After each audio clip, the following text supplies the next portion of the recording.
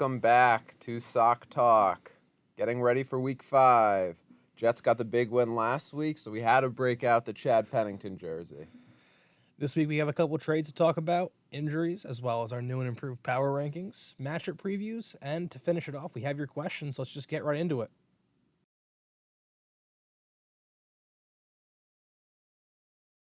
All right, jumping right into the news, we have a couple trades to talk about, including one that happened between us. We were talking about this while recording last Tuesday, and then I think it took us a couple hours after that, but we got a deal done.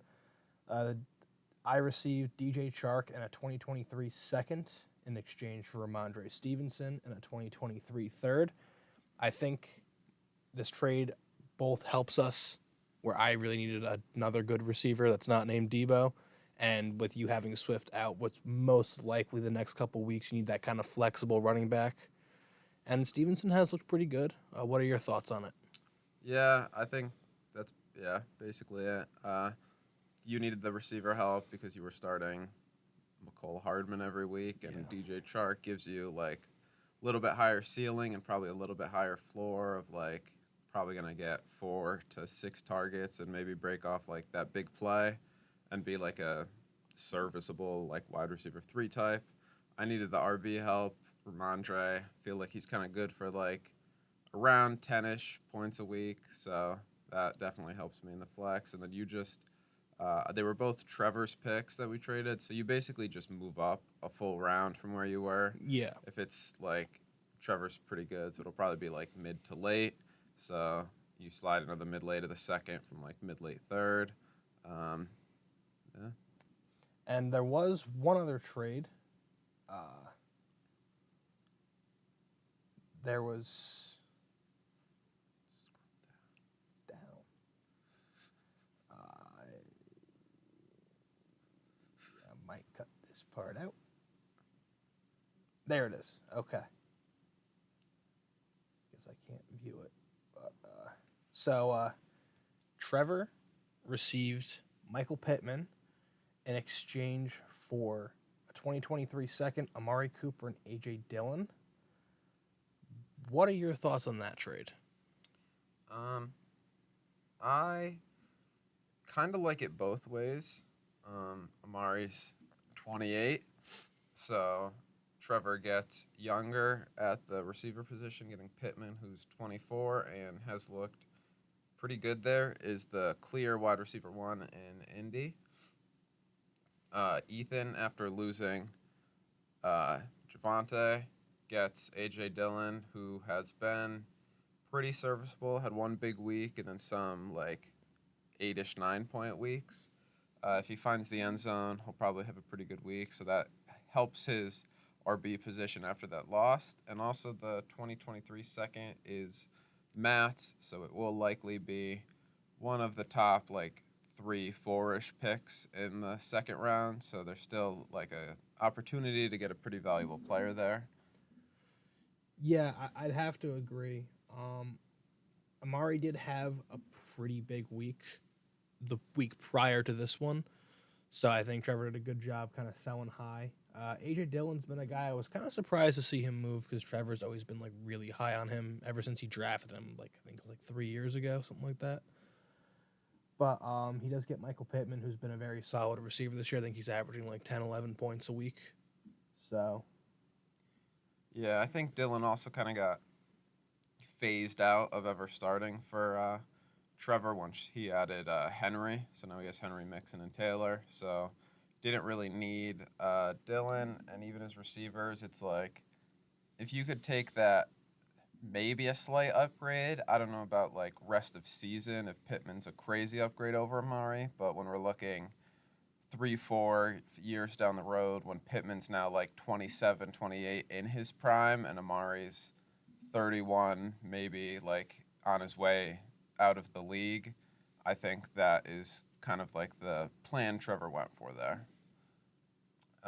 With the injuries, obviously, we just kind of talked about it. Javonte tore his ACL, LCL. He'll be out for the year. That's a pretty big blow to Ethan. yeah, but I think it's a blow that, like we just said with Dillon's easily replaced. Javonte wasn't having a crazy good year.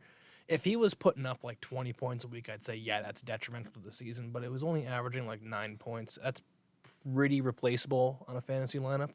Yeah, I think everybody thought Javante should have probably been used more. Why are we giving Melvin Gordon and Mike Boone touches over Javante when he's breaking tackles at such like a impressive rate and looks so good as a rookie, and then now sophomore. The only thing with this injury, with the LCL also involved, I think that makes the like return to play recovery time a little bit longer. This looks more like a Dobbins injury from last year compared to just like a single isolated ACL. Yeah. So I think Javante might not even like Dobbins did it preseason, missed the first 3 weeks this year, and then finally came back in like a limited role. I think the same thing could be for Javante, where we might not see him till mid 2023 season, and coming back from the ACL, it's always tough. So it might even be more like not really want to play this guy until 2024. So Yeah. I think that is going to be a big blow to Ethan's team. Hopefully, he obviously comes back and is healthy and just as productive, but it's tough to say. Tua also looked very bad, and the NFL is now under all the investigation. The Dolphins are and the doctors. Probably the concussion last week. Another big hit this week. It looked bad. I was surprised that he was playing. I was kind of like, well, maybe he didn't have a concussion. And then I think it was like the Thursday morning NFL was like, hey, we're going to like investigate this because he definitely shouldn't have been playing at least the second half of last game. He takes, I wouldn't even say like a really big hit, just like an awkward hit that, he hit his head on the turf again. And he, I believe, was reported to be like unconscious for like a solid 3 minutes, which isn't good. Yeah. So I just hope that Tua recovers fully. I don't even care if he plays again. Like obviously, like there's a lot of things bigger than football, and I think if the Yeah. Dolphins truly messed up like they should, I think there's a lot more should happen besides firing the team doctor. Yeah. Yeah, very scary, but hoping Tua is just all right. Cordero Patterson also hurt his knee. I haven't seen anything like specific on what he did.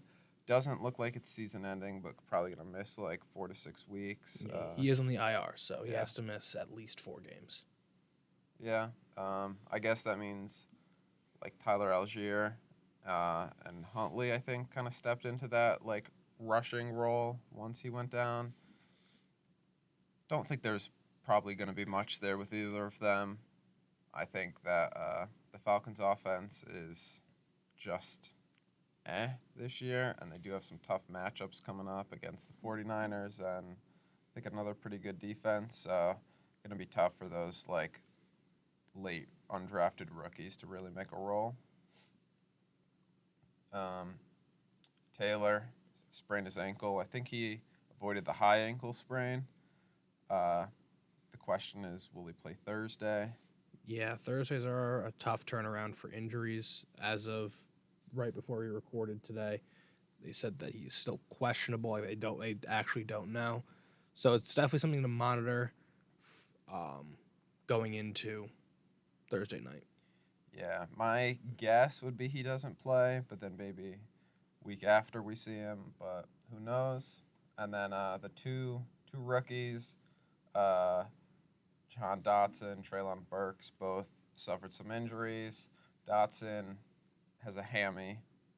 Will probably miss like 1 to 2 weeks. Burks has turf toe. They said he probably is going to avoid surgery, but will still miss a few weeks. It's tough when the rookie receivers, who were both showing some promise within those offenses, go down. Tough to see, but at least they're not missing the whole year, I guess. Yeah. And then also, we had it's a pretty big week in Sockleague. Probably talk about this a little later. We had our new recorded closest game ever, with Steve beating Evan 130.32 to 130.20, difference of 0.12 points. That makes it the closest matchup ever. Evan has also lost all 3 of the top 3 closest matchup evers. And then with the text you sent today, losing 3 matchups in leagues this week across like 2 or other less. leagues by 2 or less. Pretty tough for him. We're sorry. On the same week as that, we also got the second biggest blowout ever with Jasmus beating Matt 172.78 to 54.76, winning by 117.52 points. That only rivals when Trevor blew out Ethan in 2020 by 131.78 points. And then, Matt's week this week put him for the 4th lowest scoring point week ever. When you look at the list, it's the top 10 involve a lot of the same teams. Matt's on here 3 times. Zach's on here 3 times. Ethan's on here a few. You're on here once. I had a bet. Yeah, there was one. It's the teams that have really blown it up. So Hi. I do think it is interesting that all these happen in the same week, but some cool like Sockleague records and history that went on this week. But now we'll get into the power rankings.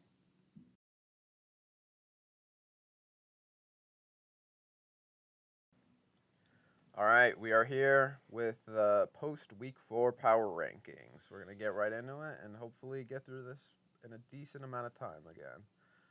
Coming in at 12, yourself, you are the last team winless.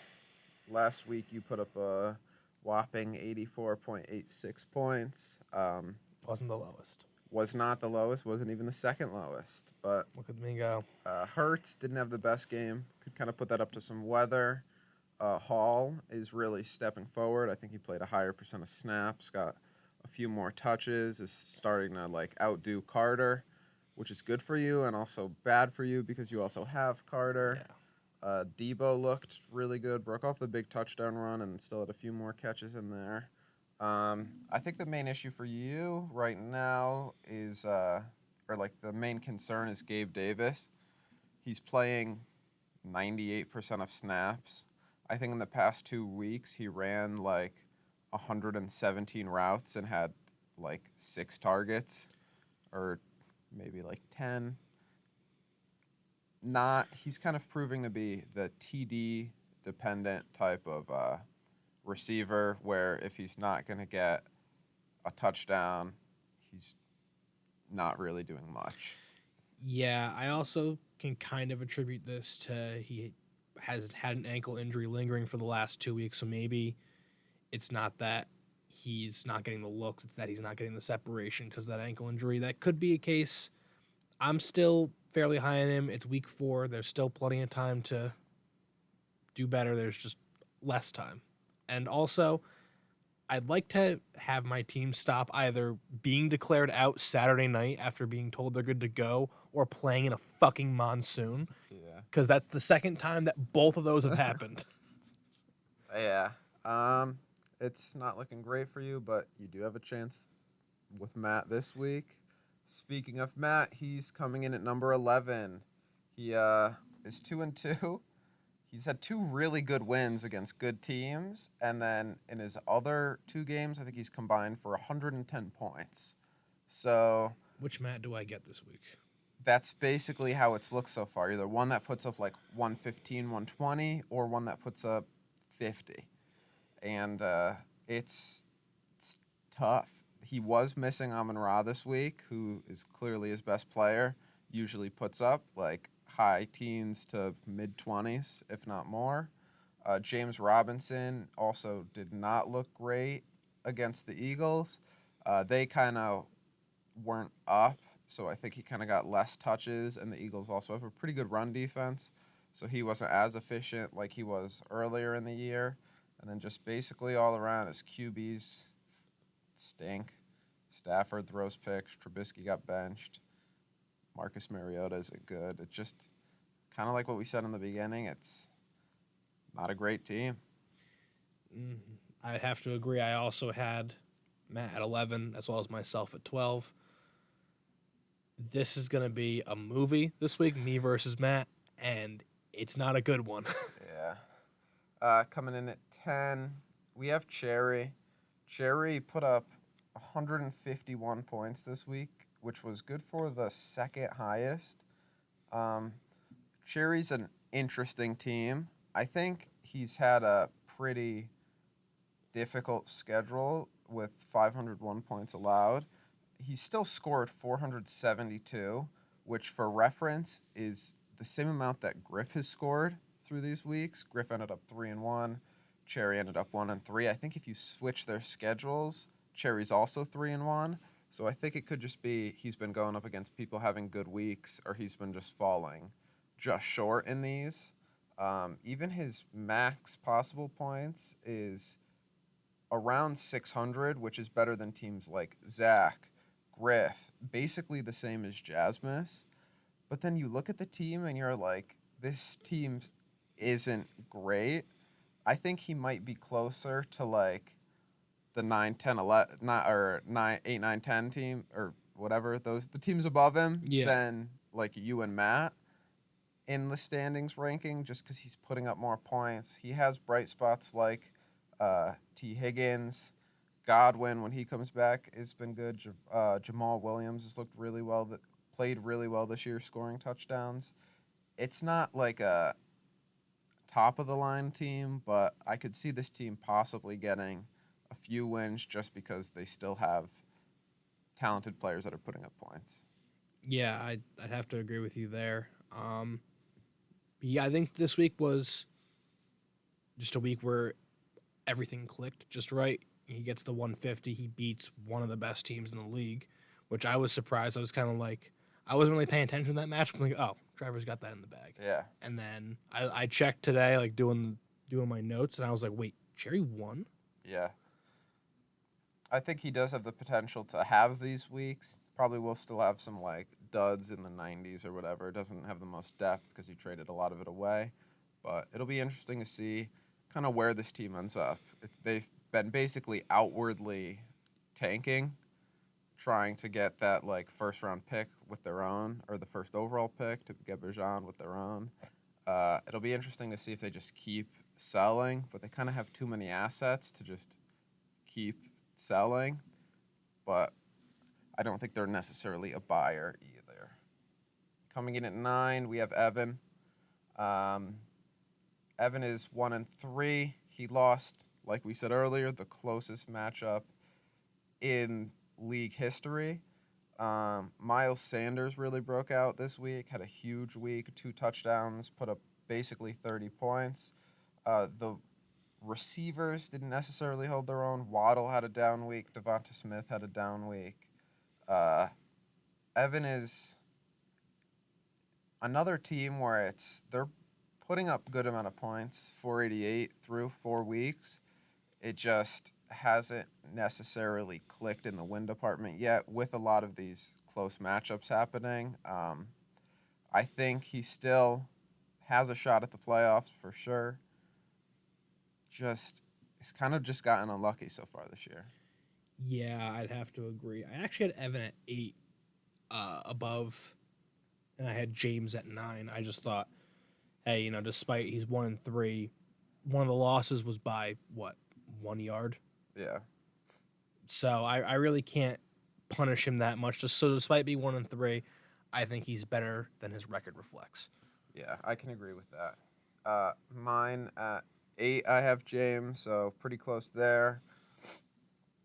James had another really good week, putting up 141. He was facing you, so he didn't necessarily need it this week, but it is always promising to see these players break out.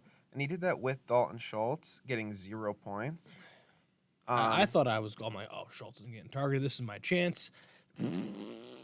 Pierce has looked a lot better these past 2 weeks, breaking off some big runs, finding the end zone. Penny is iffy. I think when he plays that bad defense and they can get up, Penny will have some big weeks like he did here. Next week versus New Orleans, I could totally see him getting like 35 rushing yards, 3.5 points. I think that's kind of just how it goes. Some boom weeks, more bust weeks.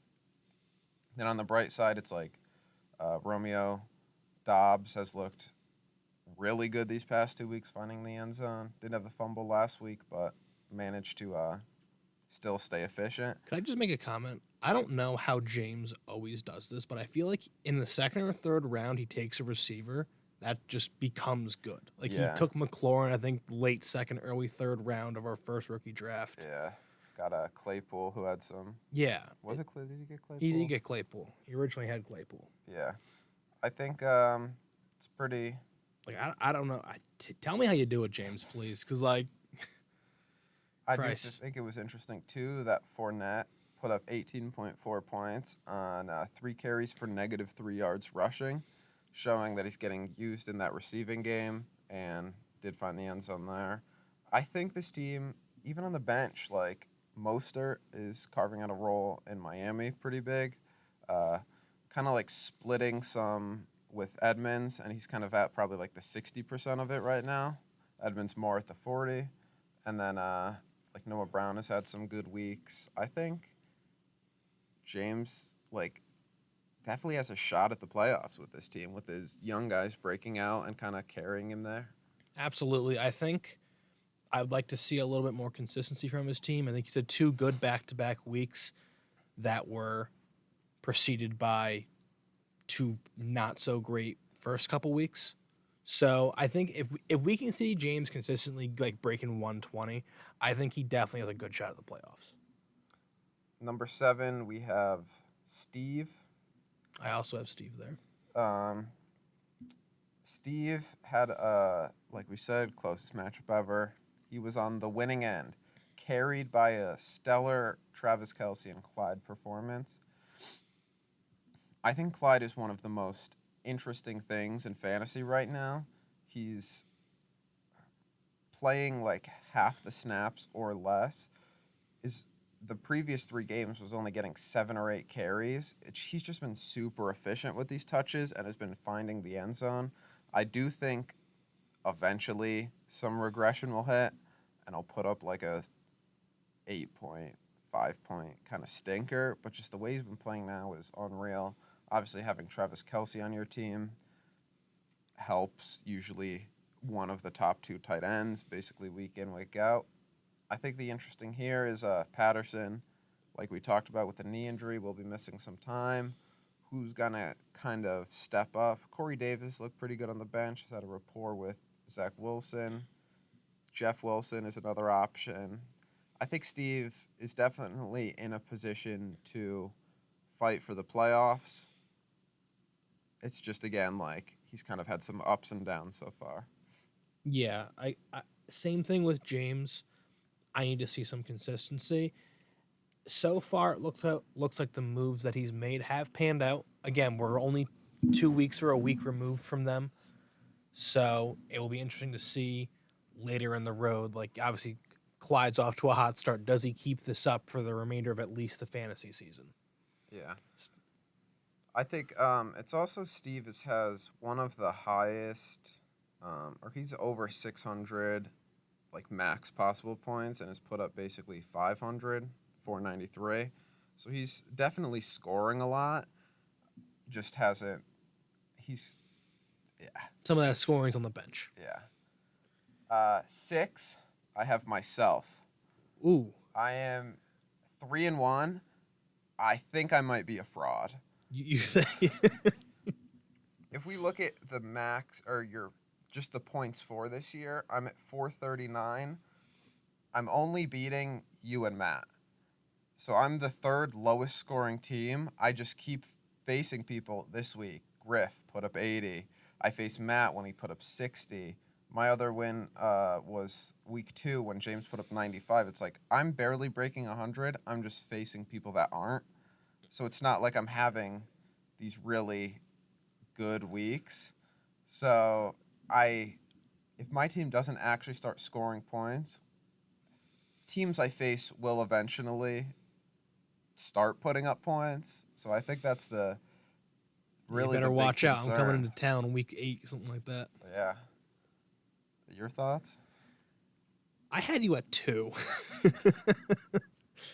I honestly thought that, yes, despite the Swift injuries and other, injured guys, which is a usual story for you, I thought you were playing pretty well. You obviously beat Griffin this week, who didn't play so well, but I thought, hey, you know what?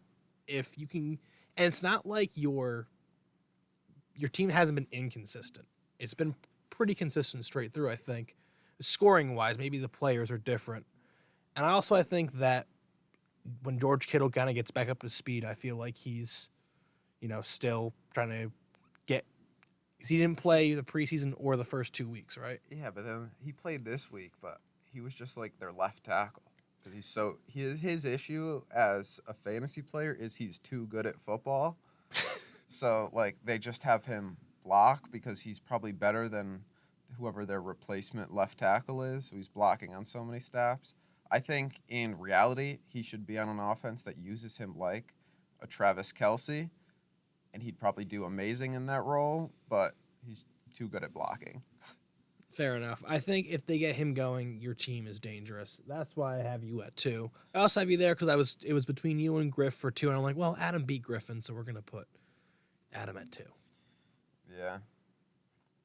Interestingly enough, I have Griff at 5. All right. Well, I had Griff at 3. Griff only put up 80 points this week. He's also 3-1, so meaning both 3-1 have two of the best records in the league. You look at this RB room. Akers out there looks cooked. He has like no burst. Looks horrible. I think when he's on the field, he's hurting the Rams more than helping them. So I don't know if that's going to keep up.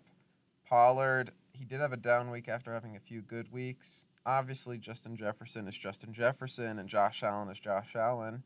Just now that he loses his Travis Fulgham, Greg Dortch, whoever player. Don't you mean Robert Foster? Yeah. Now that he's probably going to fade away into non-existence with Rondale back and Hopkins coming back soon, he loses a big depth piece. Kamara hasn't looked great. I did see some funny tweet where it was like Kamara was supposed to be suspended for 4 games, and he just did it himself by not playing well and sitting out. But if he doesn't bounce back, outside of Allen and Jefferson, it's kind of a lot more question marks. Deontay with the new QB, Garrett Wilson now with Zach Wilson instead of Flacco, who only looked at him. I think this team is definitely good. I just don't know if they're in that top tier despite what their record says.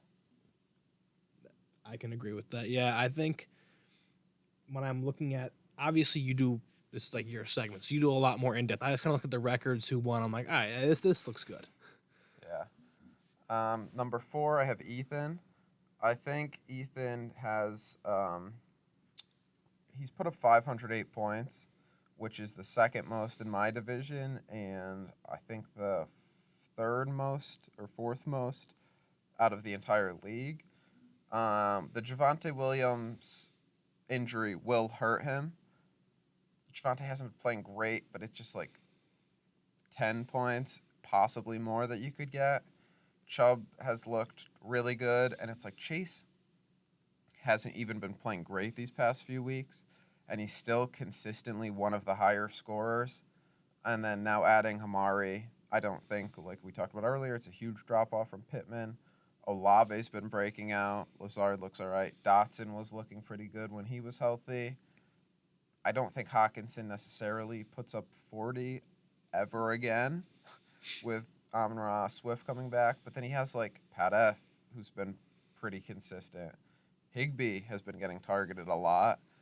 He has just a lot of options on this team, and he's been a high scorer basically every week.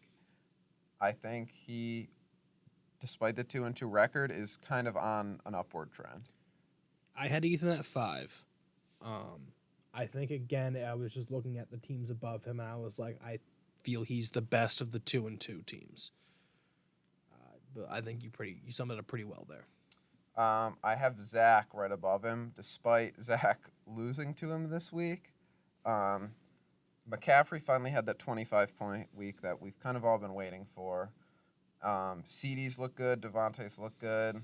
I think his main issue is Kyle Pitts. Kyle Pitts on the year has like 10 catches. I think Higbee had that. He's just Atlanta George Kittle. Higbee had that on Monday. Like, outrageous that this is happening. But I think the big thing for him is Dobbins scored 2 touchdowns, I believe, last week, put up 20 points, was used pretty well, had 4 targets out of the backfield, 4 catches. If he could step into a big role, that's huge, and he's still waiting for Keenan Allen to come back off of injury. So I think that's another just big option for him. And I think this team will start hitting some more wins. Yeah, I had Zach at 6, just because I believe he's 1-3. He's 2-2. 2-2. And I said, despite how his roster might be better than Ethan, I'm like, Ethan just won. I'll put Ethan at 5. Like I said, I kind of just go off like, oh, this is what I think. Yeah. And then still have Trevor at 2. He put up a dud week. Taylor obviously got hurt. Mixon didn't play well. Just his team didn't really play well.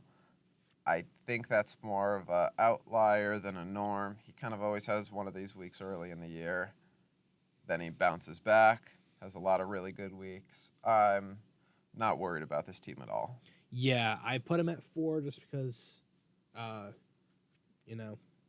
you and Griffin are 3-1. But I don't see any cause for concern here. Just, I think it's the typical early season Trevor. Doesn't look fantastic, but looks good enough, and then all of a sudden he just forgets how to lose. Yeah, he does have the second most points scored, 575, which is pretty far ahead from third, which is like 510. And then obviously number 1, we have Jasmus, 4-0, undefeated, absolute wagon. He Beating the scored dead horse. 600 points this year. Outrageous. 172 this week. Eckler and Josh Jacobs both combined they both put up 34 plus. Like, this team is just on another level right now. Someone will eventually come around and beat him, but Jasmus is it's Jasmus's world, and we're all living in it. Yeah, I think people might get tired, or maybe even if Jasmus watches this, he's like, I'm just tired of hearing that my team's good. Like, brother, what do you want us to say? You just beat your opponent by like 110. Yeah, it's good for Jasmus, but that All right. wraps up power rankings. Let's get into the matchup previews.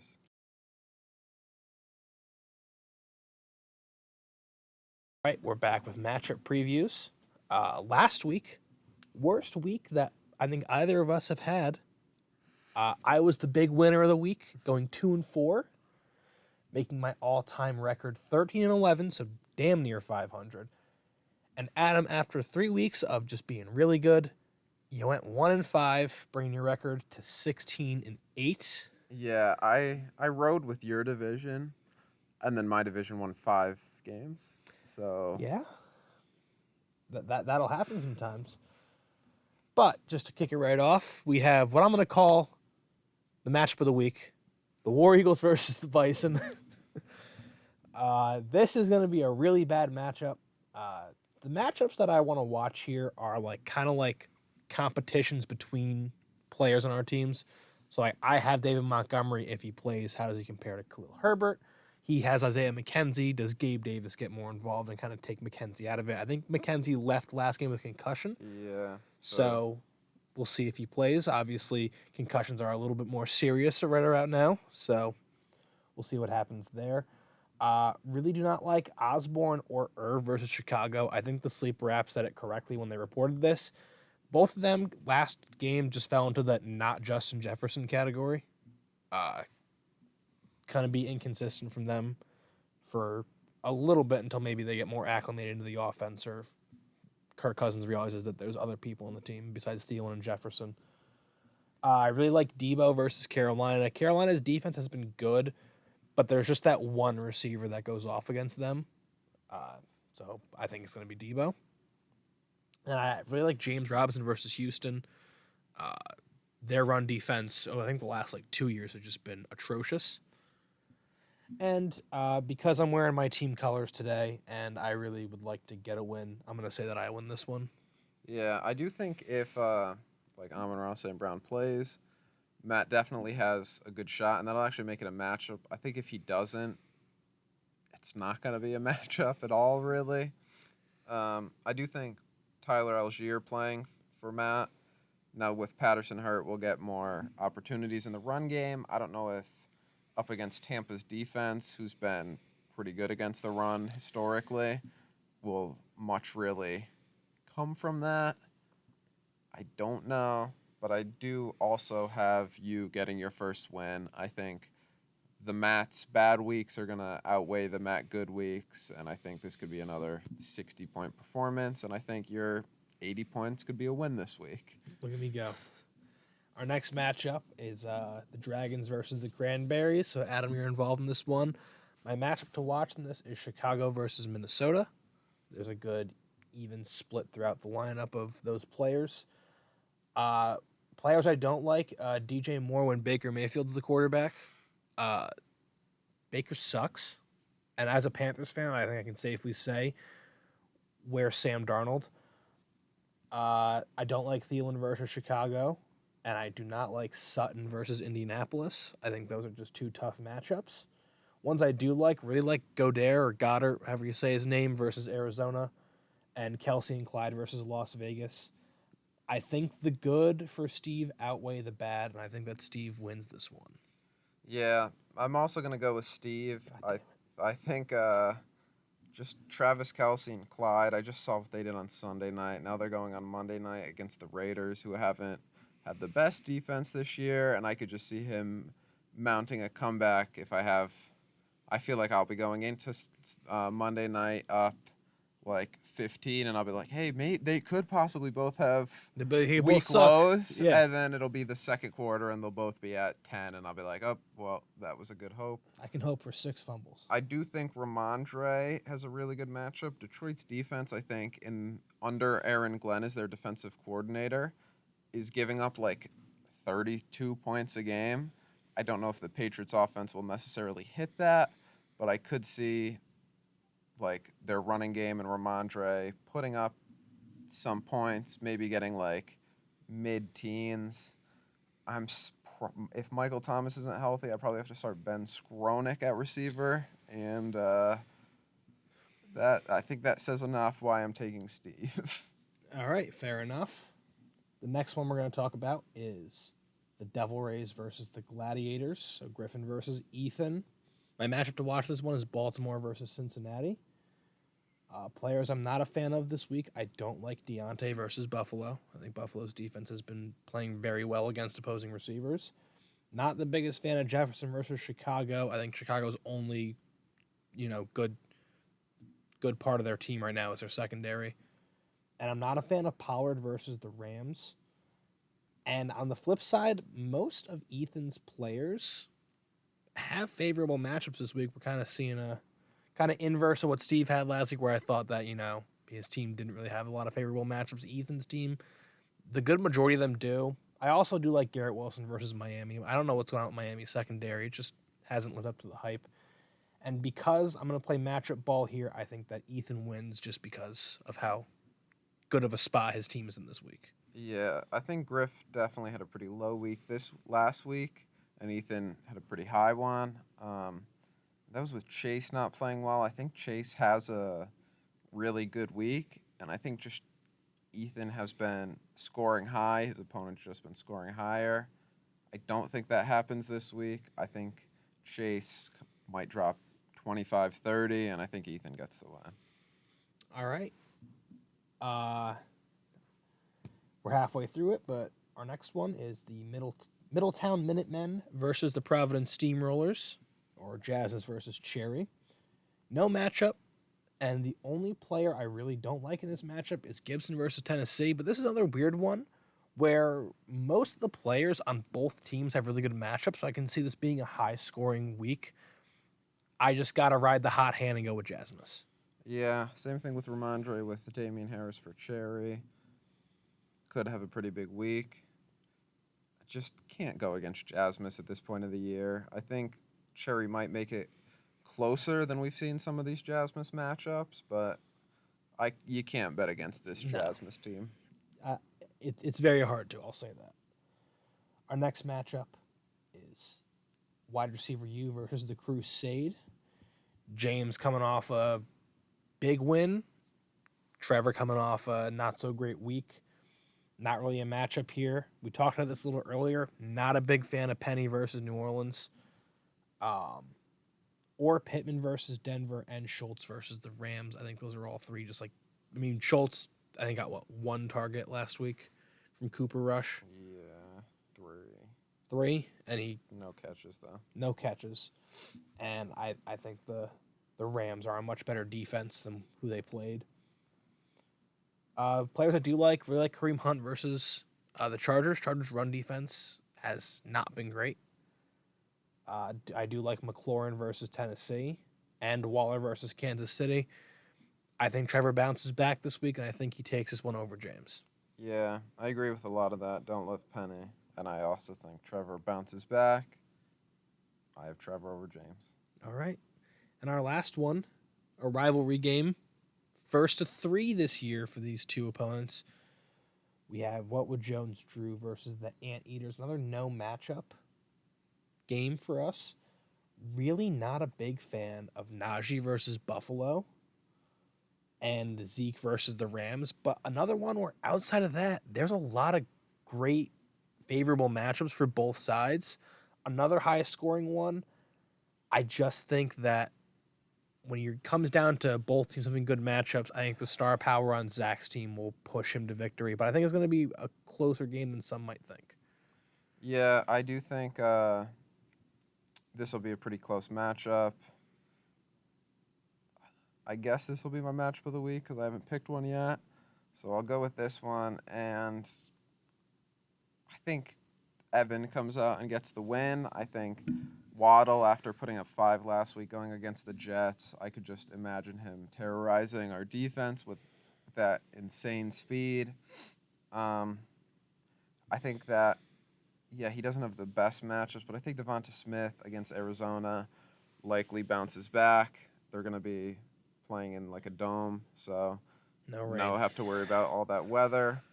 I think Curtis Samuel might have a pretty big bounce-back game this week. He has been Washington's most targeted receiver. So I think Evan squeaks by this one. Another close matchup. I think he's finally on the winning end of it, though. All right, that does it for matchup previews. Now let's see what you guys have to ask us in fan questions.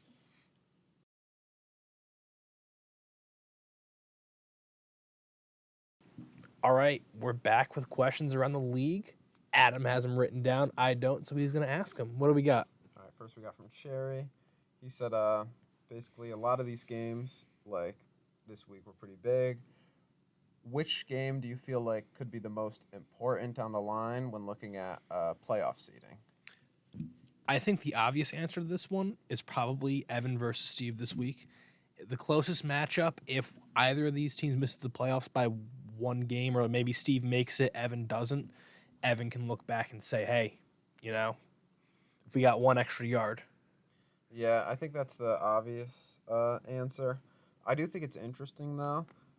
In my original thought of this, if Evan lost, it would be a lot more costly. But then Trevor ahead of him lost. Zach ahead of him lost. Griff ahead of him lost. So we didn't lose any ground on anybody. I do think this will hurt later on if it is that I needed one more win. Same thing with Zach, who came up 7 points short. Should have had that one, but I also think the teams that lost to Matt, that could also be another big one because, again, you're looking at the schedule, you're probably thinking, oh, that's a free win. Where now it's like you have to pick up a win against a team that maybe you're not as confident against. So, again, when you look back at the end of the year, you got to see what were games that not only did I lose, but it was an avoidable loss. Like I had someone on my bench that did way better than someone I put in, and that would have given me a win. yeah, it is also tough to debate these sometimes with, I lost this one and I probably wish I won this one or should have, but there's no one I really ever would have put in. Exactly. It's more those nights when you're like, do I start this guy or this guy? You go with this guy puts up 20, puts up 10, and that's the reason. Those, I think, are the matchups that make you lose some sleep. The next questions or two kind of go together. Cherry asked, and Trevor basically asked, what are early season sellers and buyers? Trevor's was like, what fringe team do you think could be a buyer? I think at the moment, anyone in the Swallow division that is not Matt should probably be a buyer. Maybe Matt wants to be a buyer if he can, pull something together. I think James or Steve are in a position where they can buy. Maybe it's not, doesn't help them in the long run, could help them this year. I don't know. Steve's moves have kind of been interesting to say the least. He lost a lot of higher end talent that was older, picked up some new guys. Maybe he's in a position where he can buy some other older guys. I just don't know. He doesn't have a lot of draft capital. So what would it cost to get there? And for James, also not a ton of draft capital there, but maybe he can change out one of those younger guys for somebody who's a little more consistent. So I think that right there. Yeah, if I'm looking at a fringe team to buy, I think I'm also saying Steve. He has 2 firsts, 3 seconds, 3 thirds over the next 3 drafts. Though, if I'm Steve, I don't think I'm buying like a 1-year rental type of guy, unless it's for like a third. If you could do that, I understand, but I'm not sending a first for a 29-year-old running back to help me win 2 weeks and then move on.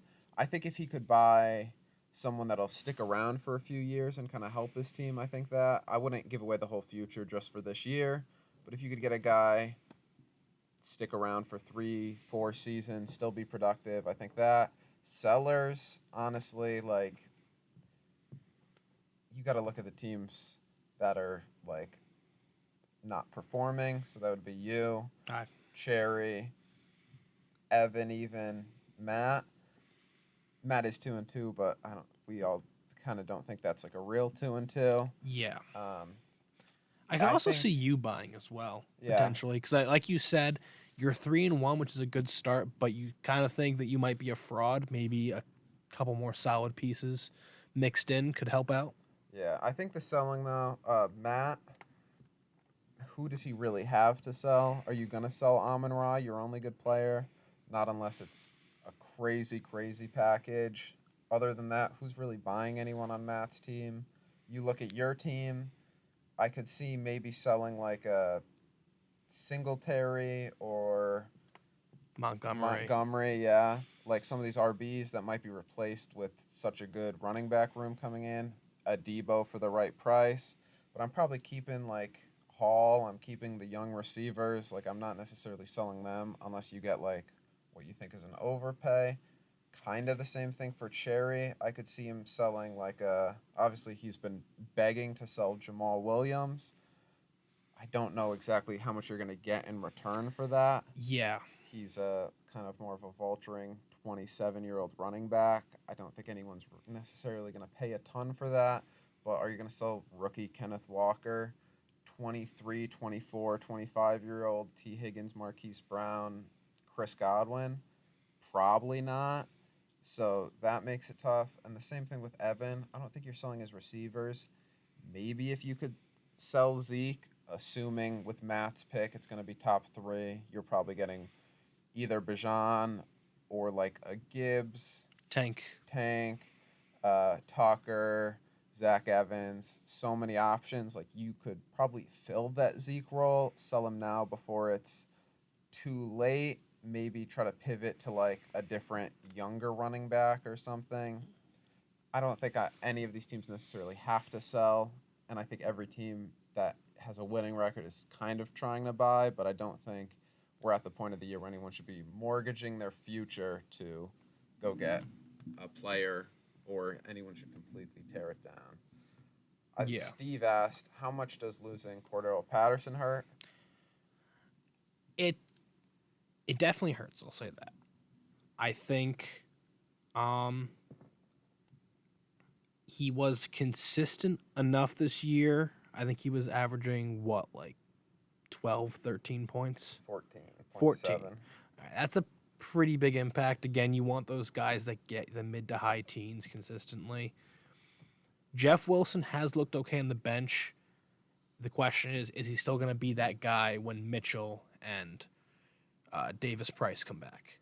Yeah, I think with Corey Davis has looked good on his bench too, so I think he could step in. Him and Zach Wilson have always had a pretty big connection, and I think losing Patterson only for 4 to 6, Jeff Wilson kind of fits that timetable where Elijah Mitchell will probably come back around the same time Patterson's coming back, so then you could slide him back in. Definitely hurts. He also does, like he said, have a kind of tougher part of the schedule coming up where it's like some of these must-win, tougher games. He has me this week. I think he has Trevor the following week.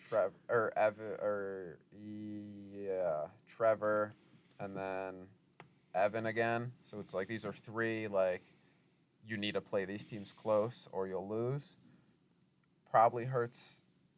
I think he can overcome it, but nobody wants to lose someone putting up 15 points. I think another big question for Patterson is if Algier or Huntley look really good, when he comes back, does he have as big as a role as he's had? Yeah. I do think he kind of did get lucky. They have the Bucks and the 49ers in these next 2 games. Probably would have struggled in those games anyway, so it's not like they had the Lions on the schedule where it's like he's probably going to run like crazy. So the schedule, if there was a time for him to be hurt, I guess these are the games you want him to miss. He also said basically, like, besides Jasmus, who he think basically has the 1 spot lockdown, do you think all of the rest of the teams in the division are going to be fighting for those last, like, 2 playoff spots? I think as we talked about it earlier, I think in power rankings, it's going to be a dogfight, those last 2 spots. Obviously, right now, you and Ethan hold the advantage, I believe. I could see James hopping in there. Again, James's team if he shows the same consistency he's shown the last 2 weeks, he's definitely a threat to topple one of you guys. Also, we were talking about Steve could be a buyer if he makes the right moves and his team keeps playing better as they have the last few weeks. He could also be in there. Obviously, last week I think we had our playoff prediction. I think I said it was going to be you and Ethan. Yeah. That could change. Again, Javante being out hurts Ethan in a way. I don't think it hurts it as much as maybe a Cordero Patterson. There's a big difference between losing 9 points a week and losing 14 points a week. Yeah, I think going into at the end of last week, I felt a lot different than I do right now with James and Steve both having huge weeks, putting up like 130 and like 140 something, I think, respectively. Everybody's 2-2. I'm 3-1. It's like I do think these matchups, when we start going head to head against each other, are going to be really important. I do have a question myself. We've talked a lot in the past. There's been the big discussion about the 2 divisions, how historically your division has been a lot better. I had the same fucking question. This year, my division is 15-9 through 4 weeks. Yours is 9-15. Do you think that they've kind of switched roles and my division is now the deeper, tougher division to get in the playoffs compared to yours, where it's more like, okay, there's these like kind of top teams and then some bad teams? Or do you think it's just early, we'll probably even out towards the end of the year? That's so funny.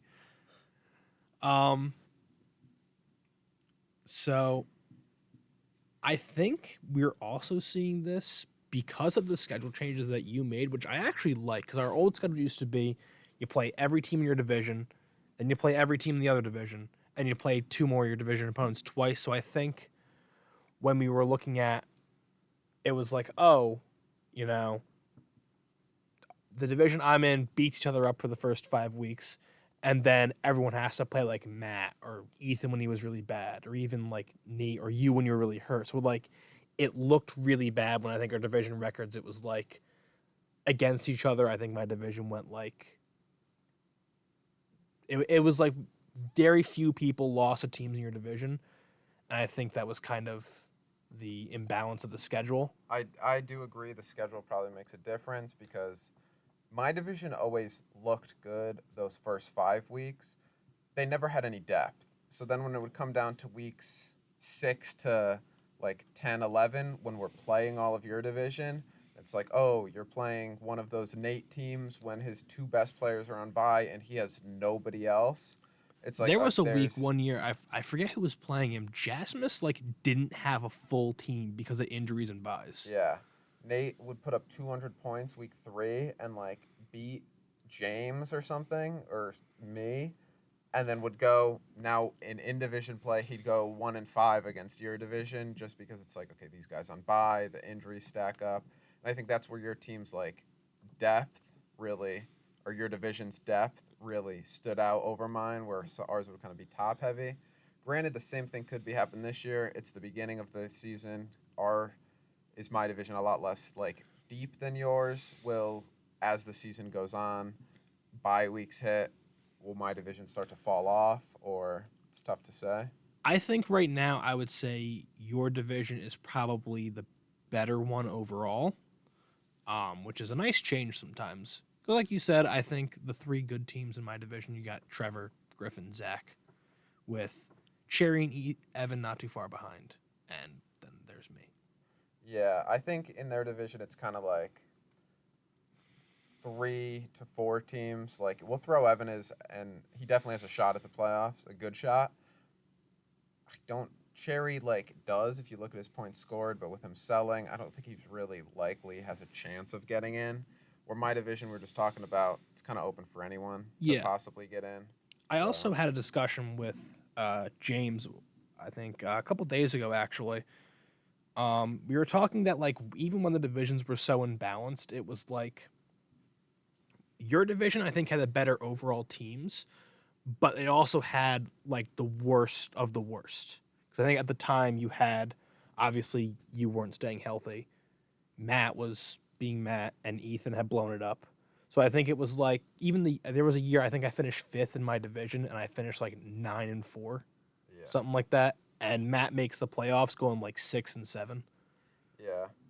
There was also, I feel, a lot of years where, like, me or James would be, like, the number one team throughout the year, basically. The year when I won the championship, I was basically the best team in the league that whole year.